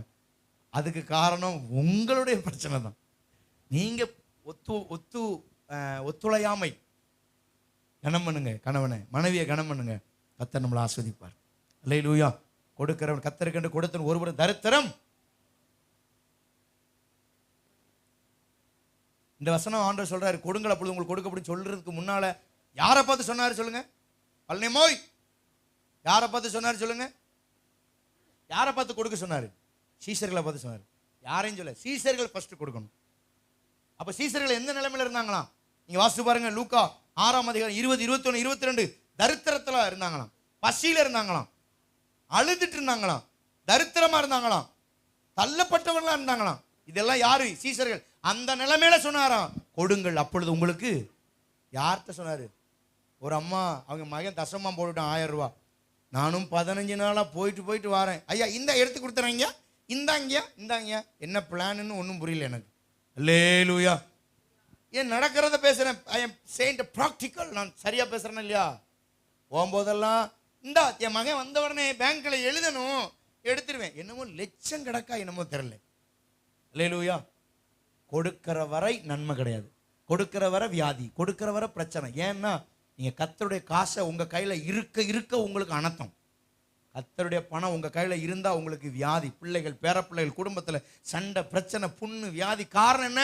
கர்த்தர் பணத்தை பாக்கெட்ல போட்டு வச்சிருக்கிறீங்க. நீங்க திருடன் அப்படின்னு பைபிள் சொல்லுது. நான் சொல்ல திருடன், மல்கியால தெளிவா போட்டிருக்கு. நீங்க திருடன். நான் சொல்லல சார், வேதம் சொல்லுது. எதனால என்னை வஞ்சிக்கிறீர்கள்? எதனால என்னை ஏமாத்துறீங்க? தசம பாகங்களின் காணிக்கைகளினால என்னை நீங்கள் ஏமாத்துறீர்கள். அதனாலதான் நாம அவர் காசை திருடுறதுனால நம்ம காசை எவன் ஒருத்தன் திருட்டு போயிடறான். எத்தனை விளங்குது? அல்லேலூயா. விடா கொண்டேன் கொடா கொண்டேன் இருப்பானா இருக்க மாட்டானா? அல்லேலூயா. வல்லவனுக்கு வல்லவன் வையகத்திலும். நீங்க அவர் பணத்தை அடிச்சீங்கன்னா அவர் வேற வழியில உங்க பணத்தை சுருட்டி ஓரமா வச்சிருவாரு. தயவு செய்து கர்த்தருடைய சிச்சைக்குள்ள கொண்டு போயிடாதீங்க. கர்த்தரை உங்களை சோதிக்கிற மாதிரி வச்சிடாதீங்க. கர்த்தர் ஒருபோதும் உங்களை பொல்லாங்கினால சோதிக்க மாட்டாரு. அவரை வேதனைப்படுத்தி நீங்கள் ஆசீர்வாதம் இருக்க முடியும். கடைசியாக லூக்கா 4:8 சொல்லுது, அவர் கண்டிக்கிறவர். அவர் கண்டிப்பை நோக்கி பாருங்க. அவர் யாரனாலும் கண்டிப்பார். விற்கிறவங்களை கொள்ளுவிலையும் எடுத்து தேவாலயத்தில் இது ஜெப வீடு, நீ எப்படி வியாபார ஸ்தலம் ஆக்குறன்னு சொல்லி அடிச்சு நொறுக்கி போட்டார். நம்முடைய ஆண்டவர் கண்டிப்புள்ளவர். நீங்கள் அந்த கண்டிப்பை பாருங்க. யார் உங்களை கண்டிக்கிறாங்களோ அவர்கள் உங்களை நேசிக்கிறார்கள். எவர்கள் நேசிக்கிற மாதிரி இருக்கிறாங்களோ அவங்க உங்களை வெறுக்கிறாங்க, உங்களை ஆபத்தில் தள்ள போறாங்க. ஒரு ஆள் உங்களை கூப்பிட்டு கண்டிக்கிறாங்கன்னா நீங்க நல்லா இருக்கணும்ன்ற ஒரே காரணம் தானே தவிர நீங்க கெட்டு போகணும் இல்லை. நீங்க தப்பு செஞ்சாலும் உங்களை நேசிக்கிறாங்க அப்படின்னா நீங்கள் உங்கள் தவறை அவர்களுக்கு லாபகரமாக மாற்றுகிறார். அல்லேலூயா. மத்தேயு 21:11-12 ஜெப வீட்டை குறித்து வைராக்கியம். 14ஆம் அதிகாரம் மத்தேயு 29 வாஸ்து பார்த்தீங்கன்னா, காப்பாற்றும் தேவன், நம்மளை காப்பாற்றுகிற கர்த்தர். இருக்க இடத்துல எழுந்திருந்து தேவ சமூகத்தில், கர்த்தாவே ஆண்டவர், அவரை நோக்கி பாருங்க. அவர் காப்பாற்றுகிறவர். ஜெப வீட்டை குறித்து அவர் நல்ல வைராக்கியம் உள்ளவர். கொடுக்கிறதை குறித்து அவர்கிட்ட கத்துக்கிடலாம். மற்றவர்களை நேசிக்கிறதை குறித்து அவர்கிட்ட கத்துக்கிடலாம். உண்மை உள்ளவர் அவர், பொய்யுரையாதவர், வெற்றி சிறந்தவர், மன்னிக்கிறவர், நமக்காக கண்ணீர் விடுகிறவர், வார்த்தையில வல்லமை உள்ளவர். எல்லாரும் கண்ணை மூடி ஸ்தோத்திரம் கர்த்தாவே. Thank you Jesus. Hallelujah. அவரை போல ஒரு தெய்வம் இல்லை. அவரை போல நம்மளை மன்னிக்க, அவரை போல நம்மளை நேசிக்க. இவ்வளவு நேரம் பேசினதுல முக்கியமானது 2. மற்றவளை மன்னிக்கிறதும் சத்துருவை சிநேகிக்கிறது ரொம்ப முக்கியம். மற்றவளை மன்னிச்சிட்டீங்களா? மன்னிக்கலன்னா உங்களுக்கு தான் ஆபத்து. என்னால ஒரு மனுஷனை மன்னிக்கவே முடியல அப்படின்னா உங்களுக்கு பிரச்சனை ஸ்டார்ட் ஆயிருச்சுன்னு அர்த்தம். யார பெத்த பிள்ளைய மன்னிக்க முடியலையா? ஏத்த வீட்டுக்காரனை மன்னிக்க முடியலையா? கணவனை மன்னிக்க முடியலையா? அப்பா அம்மாவை மன்னிக்க முடியலையா?